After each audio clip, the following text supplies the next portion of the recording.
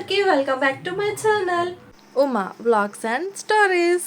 ముందుగా అందరికీ దీపావళి శుభాకాంక్షలు. ఈరోజు దీపావళి పండుగ కదా, మేము నెక్స్ట్ డే నోములు జరుపుకోవాలి అనుకున్నాము. ఎందుకంటే ఇప్పుడు సోమవారం వచ్చింది కదా, మంగళవారం రోజు గవమ్మని తీయొద్దును కదా, అందుకే మంగళవారం మొత్తం ఉంచడం ఎందుకులే, మంగళవారం నోములు నోచుకొని నెక్స్ట్ డే తీయొచ్చును కదా అని అట్లా అనుకున్నాము. ఇంకా ఈ రోజు మాత్రం ధనలక్ష్మికి పూజ చేసుకుంటే చాలా మంచిదంట కదా. నేను కూడా ఫోన్లో టీవీలో చూసినా, ఎవరైనా చేసుకుంటారు, అందరికీ తెలిసే ఉంటుంది. కానీ నేను ఎప్పుడు కూడా ఈ పూజలను పెద్దగా పట్టించుకోలేదు. ఎందుకో ఈ సంవత్సరం నాకు బాగా మైండ్కి తిరుగుతున్నాయి. ఏ చిన్న పూజ నేను ఫోన్లో కానీ టీవీలో కానీ చూసినా కానీ నాకు కంపల్సరీగా చేయాలని అనిపిస్తుంది. అందుకే ఇంకా ఇప్పుడు కొంచెం హెల్త్ కూడా ఏం బాగాలేదు, నైట్ అంతా ఫుల్గా ఫీవరు. కాకపోతే మనసులో అనుకున్నాను కంపల్సరీగా ఏ పూజ వచ్చినా చేసుకోవాలి అని, అందుకే ఇంకా చేయాలి అని అనుకున్నాను. ప్రస్తుతానికైతే ఇలా రెడీ అయ్యాను. రేపు కొత్త సారీ కట్టుకుంటాను, ఎందుకంటే నోములు కదా. ఫస్ట్ మా ఇంట్లో నిన్న క్రాకర్స్ తీసుకొచ్చిండ్రు, అసలు ఎప్పుడు తీసుకురారు అంటే లాస్ట్ 3 years నుంచి తీసుకురాలేదు. అశ్వత్థామ గారు ఉన్నా కానీ లాస్ట్ ఇయర్ తీసుకురాలేరు వాళ్ళు. నాకు తెలిసి నేను హైదరాబాద్లో ఉన్నట్టున్నాను నా మ్యారేజ్ అయినాక. ఫస్ట్ దీపావళి అప్పుడు, అవునవును సెకండ్ దీపావళి అప్పుడు నాకు నోములు పట్టించిందేమో మా మ్యారేజ్ అయినాక ఫస్ట్ దీపావళికి. తర్వాత 3 years లేదు, వదిలేసుకున్నాము. సిచ్యువేషన్స్ అంటే 2 pregnancies ఉండే, ఆ తర్వాత లాస్ట్ ఇయర్ చేసుకోవద్దు అన్నట్టుగా చేసుకోలేదు. కానీ ఈ సంవత్సరం చేసుకుంటున్నాము. ఇంకా అదంతా పక్కన పెట్టిద్దాం, రేపటి బ్లాగ్లో మాట్లాడుకుందాము. మళ్ళీ విన్నదే విన్నట్టుగా అవుతుంది మీకు.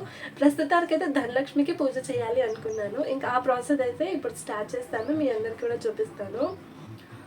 ఏంటబ్బా పూజారి అయిందని అనుకోకండి, నాకే అనిపిస్తుంది. బాగా జలుబైంది, వాయిస్ కొంచెం తేడాగా ఇంకా స్లోగా ఉంటుంది, చాలా చిన్నగా కూడా వినిపిస్తుంటుంది. ప్లీజ్ అడ్జస్ట్ చేసుకోండి ఒక్కసారికి.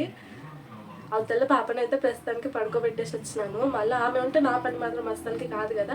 ఆమె లేచేలోపు నేను పూజ అయిపోగొట్టుకోవాలని అనుకున్నాను. ఇంతసేపు కొంచెం వేరే పనులు ఉంటే చూసుకున్నాను. ఇంకా ఇప్పుడైతే దేవుని గుడి మొత్తం నీట్గా క్లీన్ చేసుకుంటాను. ఆల్రెడీ అంతా దుమ్ము దులిపేసుకున్నాము. ఇప్పుడు కేవలం దేవుడి ఫోటోలు కడుక్కోవాలనుకున్నాం. ఎందుకంటే రేపు మళ్ళీ కుదరదు కదా, బాగా హడావిడిగా ఉంటుంది. గారెలు చేసుకునేది, దేవుడికి పెట్టుకుని గౌరవం చేసుకునేది, పూలు పెట్టుకునేది, చాలా పెద్ద ప్రాసెస్. పుతుంకులు పని అనిపిస్తుంటుంది. అంటే మేము 10 లోపు చేసుకోవాలనుకునేటివి. ఇంకా అందుకే ఈరోజే దేవుడి ఫోటోలు కూడా కడుక్కోవాలి అని అనుకుంటున్నాను. ఇంకా ఆ ప్రాసెస్ అంతా కూడా చూపిస్తాను. Let's go. ఇదండి నా సెటప్, ఇట్లా సెట్ చేసుకున్నాను నేను. ఇప్పుడు అవతల నా బిడ్డ పడుకుంది కాబట్టి నాకు ఇంకా నో ప్రాబ్లం. అశ్వత్థామ ఒక్కసారి అడిస్తే సైలెంట్గా ఉంటాడు, ఇట్లా ఎత్తుకపోయి ఇంకా అవతల పెట్టుకుంటాడు. ఇప్పుడైతే కెమెరా ఫిక్స్ చేసుకుంటున్నాను. ఎట్లయితే క్లియర్గా కనిపిస్తుందా అండి. నిజంగా అండి, అసలు కెమెరా ఫిక్స్ చేసుకోవాలంటే తలకాయ నొప్పి అనిపిస్తుంది. ఒక్కోసారి లైటింగ్ పడుతుంది, ఒక్కొక్కసారి లైటింగ్ పడదు. ఆటోమేటిక్గా అదే డల్ అయిపోతుంటుంది స్క్రీన్. ఆడ ఎడిటింగ్ చేసుకోవాలంటే బాగా హెడ్ఏక్ అనిపిస్తుంది. ఇంకా ఇప్పుడైతే దేవుని గుడి మొత్తం తడిబట్ట పెట్టి తుడుస్తున్నాను. తులిపినాం కదా, కానీ తుడవలేదు కదా అని తుడుస్తున్నాను. మా ఆయన కరుంగల్లి మాల తీసుకొని 2 years అవుతుంది. అప్పుడు బాగా ట్రెండింగ్లో ఉండే కదా, అది కూడా సర్టిఫైడ్ తీసుకున్నాడు. 1500 పెట్టి ఇన్స్టాగ్రామ్లో ఆర్డర్ పెట్టుకున్నాడు. కానీ అది తీసుకున్న తర్వాత 4 నెలలేమో వేసుకున్నాడు అంతే, కరెక్ట్గా వాటిచ్చిండు. ఇంకా తర్వాత ఇయర్ ఇంట్లో వేసుకోవద్దు అన్నట్టుగా ఒక 10 రోజుల కోసం అనేమో తీసి పెట్టిండు. ఇంకా అది అట్లనే పడిపోయింది. సంవత్సరం అయింది అనుకుంటా మా ఆయన కరుంగల్లి మాల వేసుకోక. నాకెందుకో నేను ఈ మధ్య బాగా పూజలు చేస్తున్నాను కదా, మంచిగా అనిపిస్తుంది నాకు ఇంట్లో. అందుకే నేనన్నా వేసుకుని అయిపోవక్కడ మాల అనిపిస్తుంది. ఇంకా దేవుని గుడి మొత్తం నీట్గా క్లీన్ చేసిన తర్వాత ఇతల బయట రూమ్లో ఉన్న దేవుని ఫోటోలు కూడా అన్ని తీసుకెళ్తున్నాను, అవి కూడా కడుగుదామని. ముందైతే కాళ్ళకి పసుపు పెట్టుకుంటున్నాను, ఎందుకంటే అమ్మవారి పూజ చేస్తున్నాను కదా, పెట్టుకుంటే మంచిదేమో అన్నట్టుగా నేను పెట్టుకుంటున్నాను. ఇంకా మొత్తం పసుపు రాస్తున్నాను టైల్స్కి. అంటే దేవుడి ఫోటోలు ఏడదాకుంటాయో అడిగి కొంచెం పైన వరకు ఇట్లా పసుపు రాస్తాను, చూడటానికి కూడా మంచిగా కనిపిస్తుంది. ఇప్పుడు సైడ్లు సమానంగా టైల్స్కి మొత్తం పసుపు రుద్దుతాను. ఇంతకు ముందు గంధం పెడుతుంటే, గంధం పెడితే కూడా వాసన అసలు ఎంత బాగా వస్తుందో. గంధం పెట్టినాక కొద్దిసేపటికి ఆ రూమ్లోకి పోతే అబ్బా వంట రూమ్ అంతా మంచి వాసన అనిపిస్తుంది. ఇంకా ఇప్పుడైతే దేవుని ఫోటోలు అన్నీ కడిగేస్తున్నాను. రేపటికి మళ్ళీ ఇబ్బంది లేకుండా ఒకేసారి దేవుని ఫోటోలు కడిగి బొట్లు పెట్టి పక్కన పెట్టుకుంటే రేపు డైరెక్ట్ ఇంకా గౌరమ్మని చేసుకొని అక్కడనే పెట్టుకోవచ్చు అన్నట్టుగా. అంటే మేము గౌరమ్మని కూడా ఇక్కడ దేవుని గుట్లోనే పెట్టుకోవాలనుకున్నాము. నాకు ఫస్ట్ నోములు పట్టించినప్పుడు కూడా గానే పెట్టిర్రు. ఇక అందుకే జస్ట్ ఇప్పుడు దేవుని ఫోటోలు ఉన్న అన్ని ఫోటోలకి మంచిగా కడిగి ఇప్పటికాడికి పూజ చేస్తున్నా. మా అమ్మమ్మ ముందు రోజు కొల్లాపూర్కి పోయినది, ఒకేసారి అన్ని సామాన్ తీసుకొచ్చిండే. ఇంక అప్పుడు బంతి పూలు కూడా తెచ్చిండే. ఎక్స్ట్రా కుల్లా పువ్వులు అన్నీ ఉంటే తీసుకొని ఇంక అట్లా అక్కడక్కడ దేవుడికి పెట్టినా. నాకు పెట్టుకోవడానికి తీసుకురాలేదు, మర్చిపోయింది. నా కూతురు పడుకున్నందుకు నేను సరే ఇంత ప్రశాంతంగా చేసుకోగలుగుతున్నాను. కొద్దిసేపే పడుకుందిలేండి, మళ్ళీ లేచి వస్తుంది, ఆగమాగం చేస్తుంది. ఆ కెమెరా పట్టుకొని ఊగులాడుతుంటది, ట్రైపాడ్ని అస్సలు ఉంచదు. దీపాంతాలు అయితే నేనేం కడిగిలేను, 3 రోజులేమో అయింది కడిగి. అందుకే జస్ట్ నార్మల్గా క్లాత్తో తుడిచి పెట్టేసుకున్నాను. పెద్ద పెద్ద దీపంతలు చాలా ఉన్నాయి, కానీ అవన్నీ తీసి పైన పాడేసినవి. ఇంకా రేపటికి తీస్తామో తీయమో మనం చూసుకోవాల్సి ఉంటుంది. ఇంక ఇప్పుడైతే దేవుడికి దీపం పెట్టడానికని పత్తి, నేను ఎక్కువ పత్తినే ఇట్లా ఒత్తులాగా చేసి వాడతాను. చాలా వరకు ఒత్తులు వాడడం మాత్రం తగ్గించేసిన. ఎప్పుడు అటు లాస్ట్ ఇయర్ 2 years బ్యాక్ అనుకుంటా, మా ఆయన పత్తికి పోయినప్పుడు ఇట్లనే కూలికి ఆడ తీసుకొచ్చిండే. దేవుణ్ణి మొత్తం అలంకరించిన తర్వాత ఫోన్ తీసుకున్నాను, అందులో సాంగ్స్ పెట్టుకొని కొద్దిసేపు పూజ చేద్దాం అన్నట్టుగా. కానీ అది ఓపెన్ చేసిన వెంటనే యూట్యూబ్లో ఇట్లా గాజుల మాల వేసినారు. ప్రతి ఒక్కరు దేవతకి గాజుల మాల వేసిన వీడియోస్ కనిపించినాయి నాకు. నేను కూడా ట్రై చేద్దాం, నేను వేస్తే కూడా బాగుంటుంది కదా, మంచిగా కనిపిస్తుంది అన్నట్టుగా అల్లుతున్నాను. అసలు ఎంత ట్రై చేసినో అంటే నాకైతే భలే తిప్పలపడ్డా నేను గాజులమాల అల్లడానికి.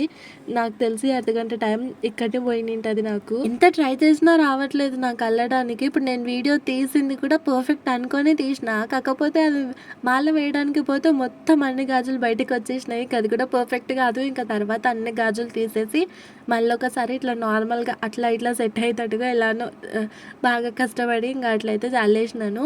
ఇంకా అమ్మవారికి పెట్టడానికి కూడా ఇబ్బంది అయినది నాకు. ఎట్లనో అట్లా సెట్ చేసుకొని ఇంకా పూజ అయితే మొదలెట్టినాను. నాకు అసలు ఎంత హ్యాపీగా అనిపిస్తుందో, మనసులో మాత్రం భలే సంతోషం అనిపిస్తుంది నాకు.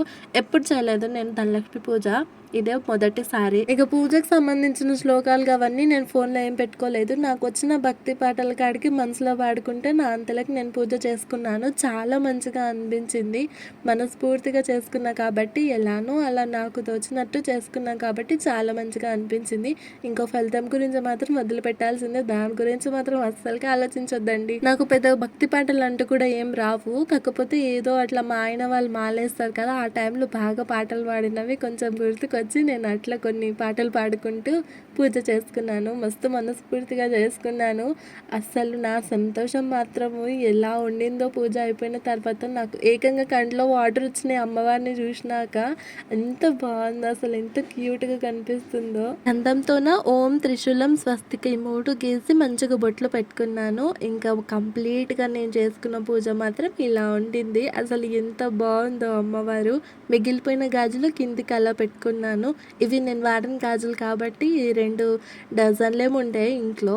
ఇంకా అవి కాడికి వాడేసుకున్నాను. చాలామంది రెడ్ అండ్ గ్రీన్ పెట్టుకుంటారు కదా, నా దగ్గర గ్రీన్ లేకుండే, మెరూన్ కాడికి ఉండే. ఇంకా అవి బ్లూ కలర్ పెట్టేసుకున్నాను. వారాహి అమ్మవారి ఫోటో కూడా ఈసారి తీసి దేవుని గుడిలోనే పెట్టుకున్నాను. చాలా మంచిగా అనిపిస్తుంది కదా దేవుని గుడి చూస్తుంటే. మా ఆయన ఇంకా గుమ్మాలకి పొద్దుగాలనే మామిడాకులకు వచ్చినాడు, పూలు అమ్మమ్మకి వచ్చినది. ఇంకా అవి కూడా కట్టేసిండు. పండుగ దినము మెయిన్ ఇంపార్టెంట్ గవే కదా. ఇంకా ఇప్పుడైతే అమ్మమ్మ తీసుకొచ్చిన సామాన్ చూపిస్తున్నాను. రేపటికి కావాల్సిన నోములకు కావాల్సిన సామాన్ ఇవన్నీ.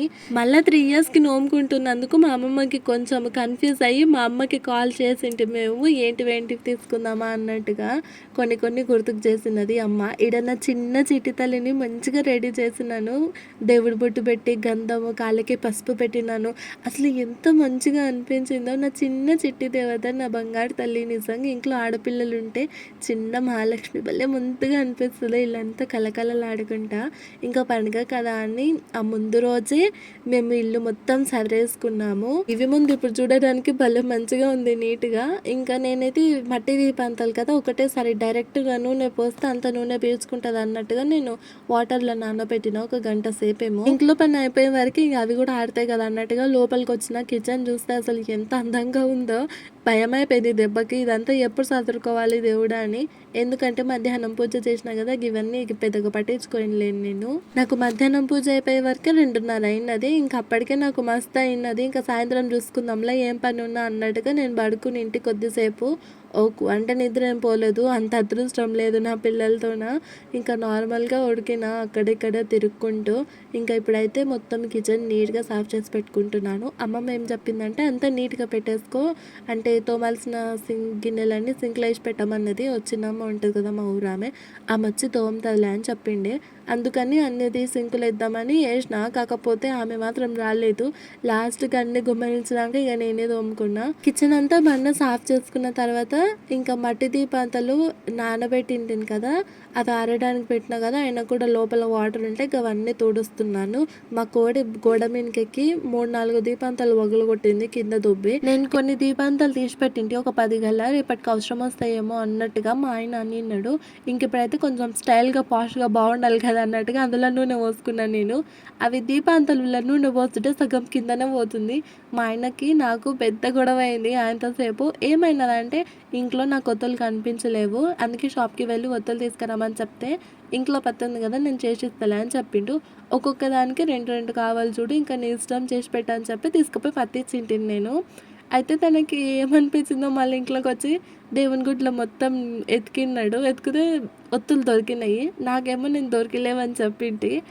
ఇంత దానికి పెద్ద వారైంది మా ఇద్దరికి.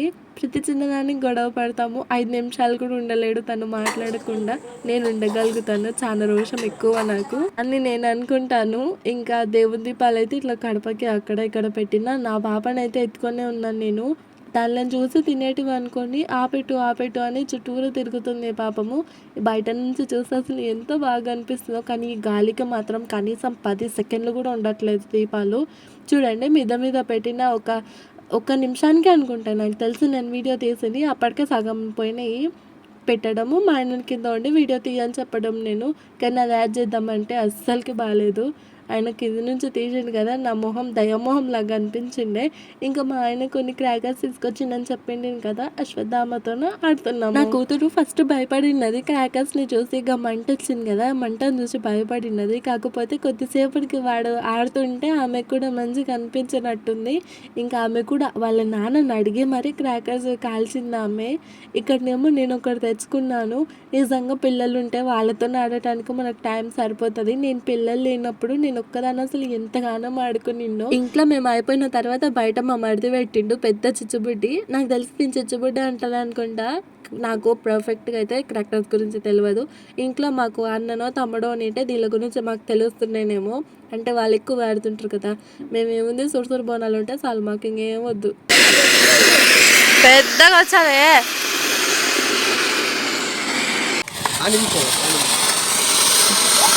అరే అశ్వితం కూడా తాతని ఇచ్చిండే.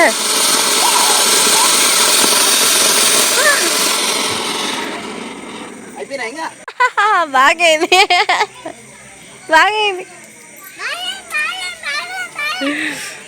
ఇంట్లోకి వచ్చినాక మేము అన్నం తింటుంటే డాడీ ఫోన్ చేసినాడు. తర్వాత చేస్తలే అని చెప్పి ఇంకా పని చేసుకుంటుంటే ఒకసారి కాల్ మాట్లాడదాం అన్నట్టుగా చేసినాను.